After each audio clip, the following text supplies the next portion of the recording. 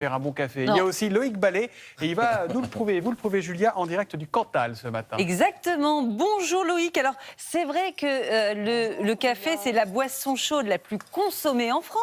Est-ce que c'est pour ça, justement, que les torréfacteurs sont de plus en plus nombreux à ouvrir des boutiques ?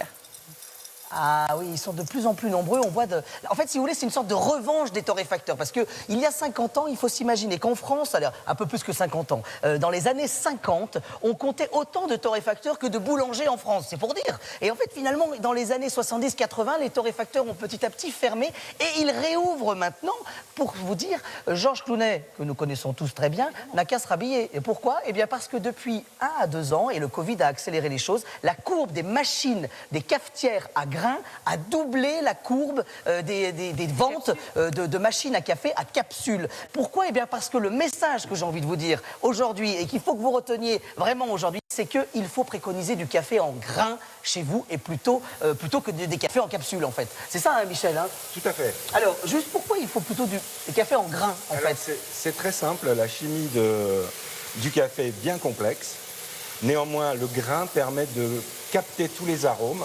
Oui. Parce que quand on le moue, ça s'oxyde à une vitesse hallucinante. Voilà, il faut vous imaginer en fait que le café, le torréfacteur le reçoit vert. On parle de café vert et regardez Julia, il est vraiment vert. Et je ne sais pas si vous vous en rendez compte Julia, mais il est beaucoup plus petit le grain de café. Pourquoi il est petit le café vert? Eh bien parce que le café va exploser comme un pop-corn à une certaine température. Et c'est là que tous les arômes vont se libérer. Il va doubler presque de volume?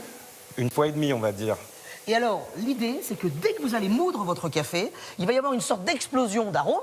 Complètement. Voilà. Et petit à petit, cette courbe des arômes va descendre, descendre, descendre. Et puis, le café moulu peut prendre des odeurs aussi. Donc, c'est pour ça qu'on préconise de le garder en grain jusqu'au dernier moment. Jusqu'au dernier moment, jusqu'à l'extraction finale, à savoir la boisson. Loïc, vous vous trouvez où ce matin? Vous êtes dans le café de Michel?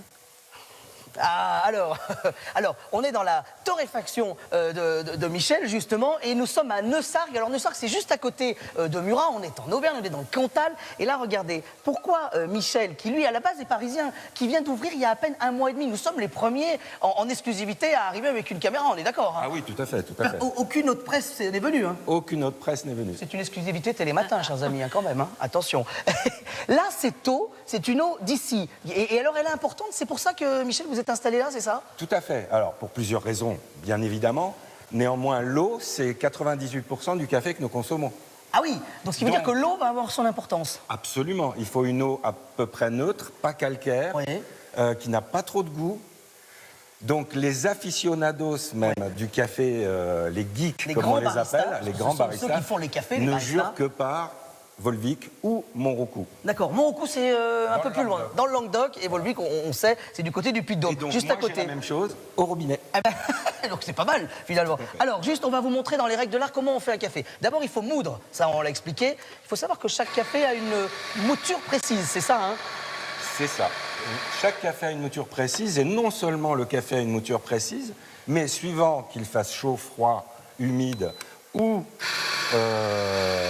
une tempête ou que sais-je, On va adapter eh bien, sa on va mouture, adapter un petit sa peu comme le mouture. boulanger va adapter le travail de son pain. Et alors là, après, il va falloir utiliser... Alors là, c'est une machine plutôt professionnelle, mais chez vous, on le trouve en fait, des machines qui intègrent le moulin et ensuite la fabrication du café. On va tasser le café, l'équilibrer. Voilà. L'équilibrer avec ce petit Pour instrument. que l'eau tombe de manière parfaite dans l'ensemble du réceptacle du café. Et alors là, attention, il faut que votre café s'écoule en combien de temps à peu près? Les vrais baristas vous diront 25 secondes pour 2 tiers de tasse. Ah oui, quand même. C'est précis, Julia, hein, ça ne s'improvise pas, hein, faire du café. Hein. Bah, c'est pour ça qu'il n'est pas si bon chez moi, je pense. Non, si. Et justement, ce qui est intéressant aussi de se dire, c'est que là, voilà, on va le faire s'écouler, mais il y a certaines personnes qui vont dire, oui, mais moi, j'ai le café en filtre. Et venez, parce que Michel aussi, je pensais qu'on n'allait pas être d'accord sur le café en filtre. Ah, mais en fait, pas du tout, oui. pas du tout, bien au contraire. Bien au contraire, le café filtre va développer des aromatiques intéressantes. Oui. Là, nous sommes Ils dans ne sont pas les mêmes que dans Absolument une pas. machine où là, il va y avoir une pression et on va avoir une puissance Là, on va différente. avoir une concentration. Là, on va avoir une dilution, mais qui va amener des arômes beaucoup plus fluets, beaucoup plus féminins, et qui vont révéler vraiment le café. Bon, bah voilà, Julia, Thomas, on retient une chose, le café en grains, arrêtez les capsules. En plus, les contenants des capsules ne sont pas très fréquentables. Donc choisissez plutôt une machine à café en grains. Voilà. Merci beaucoup Loïc, ça nous donne envie de faire une petite pause café Thomas, non? Et on se retrouve juste après avec les immanquables de Télématin. Stop.